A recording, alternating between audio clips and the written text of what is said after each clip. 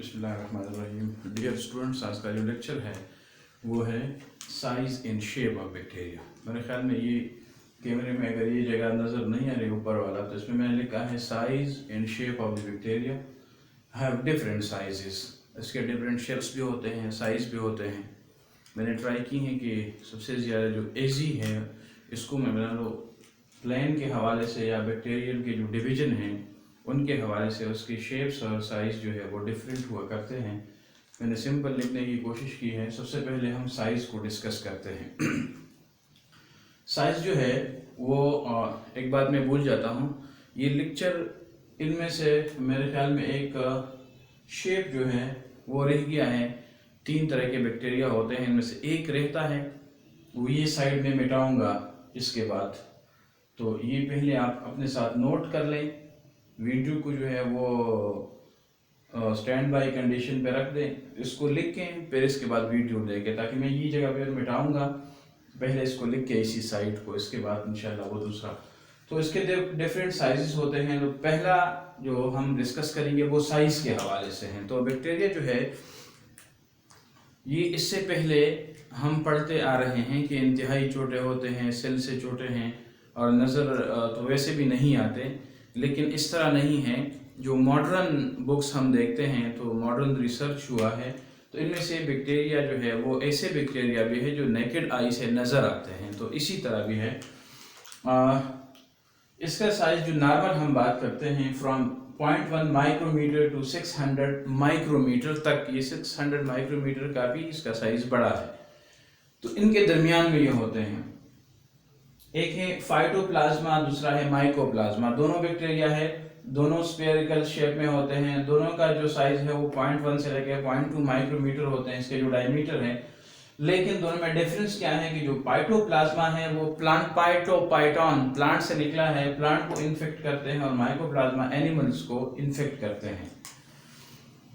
इसका average size कितना होता है? They are about the size of the large virus. Provirus जो है, जितने भी वायरसेस है इसमें से सबसे ज्यादा जो लार्ज वायरस है इसको हम क्या है, पॉक्स वायरस, मेरे ख्याल में इसको बोलते हैं पॉक्स वायरस।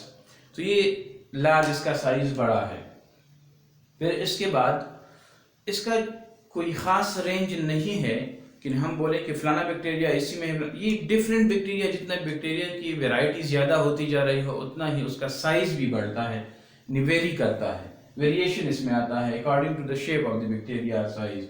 ई कोलाई जो है they are rod shaped, 1.8 micrometre इसकी वेट होती है और 7 माइक्रोमीटर इसकी लेंथ है।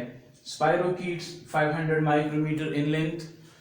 इसी तरह स्टेफाइलोकोक्साई या कोकाई भी इसको बोलते हैं। स्ट्रेप्टोकोक्साई जो है या कोकाई इसको बोलते हैं, जो 0.75 माइक्रोमीटर से लेके 1.25 माइक्रोमीटर इसकी डायमीटर होती है।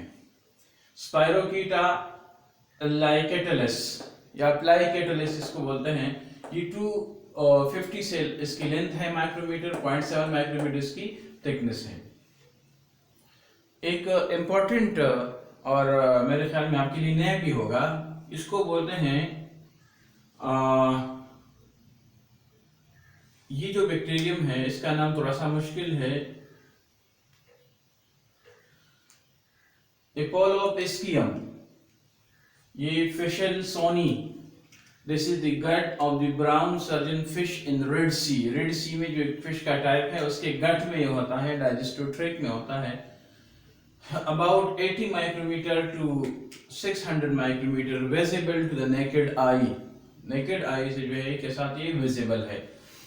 It is now clear that few bacteria are much larger than the average eukaryotic cell. और अभी इसके बाद ये पता चला है कि जितने बैक्टीरिया है ज़रूरी नहीं है कि वो सेल से छोटा हो यूकैरियोटिक सेल से। अभी तो ये भी पता चला है कि ये नॉर्मल यूकैरियोटिक सेल का जो एवरेज फॉर्म है उससे बड़े भी होते हैं।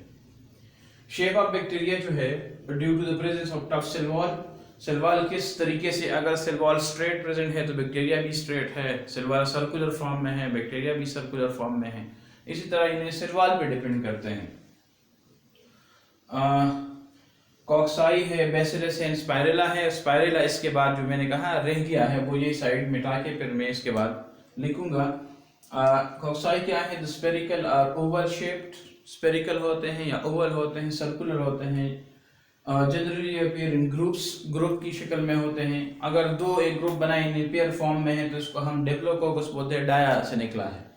Win pair form chain, win ये दो यानी दो ये है, फॉर एग्जांपल ये दो है, ये चेन बना दिया इसके साथ, फिर इस दो ने इसके साथ चेन बना दिया तो एक चेन बन गया, दो का एक चेन बन गया।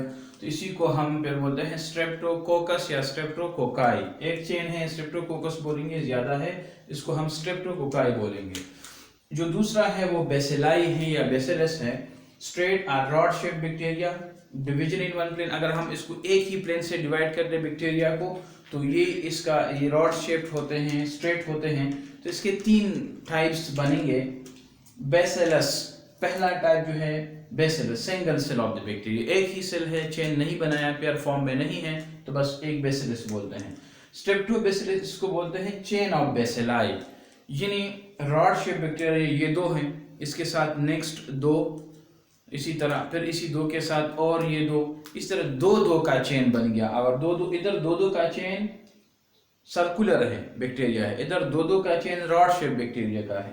तो अगर दो का चेन है, रॉड शेप बैक्टीरिया है, तो स्ट्रेप्टोबैसिलस डेवलप क्या है, चेन ऑफ बेसिलाई, सॉरी में अगर स्ट्रेप्टोबैसिलस में एक रॉड शेप बैक्टीरिया चेन बनाए, डिप्लोबैसिलस में 2 रॉड शेप बैक्टीरिया चेन बनाए, और कोकोबैसिलस में win rod shape alternate with the spherical.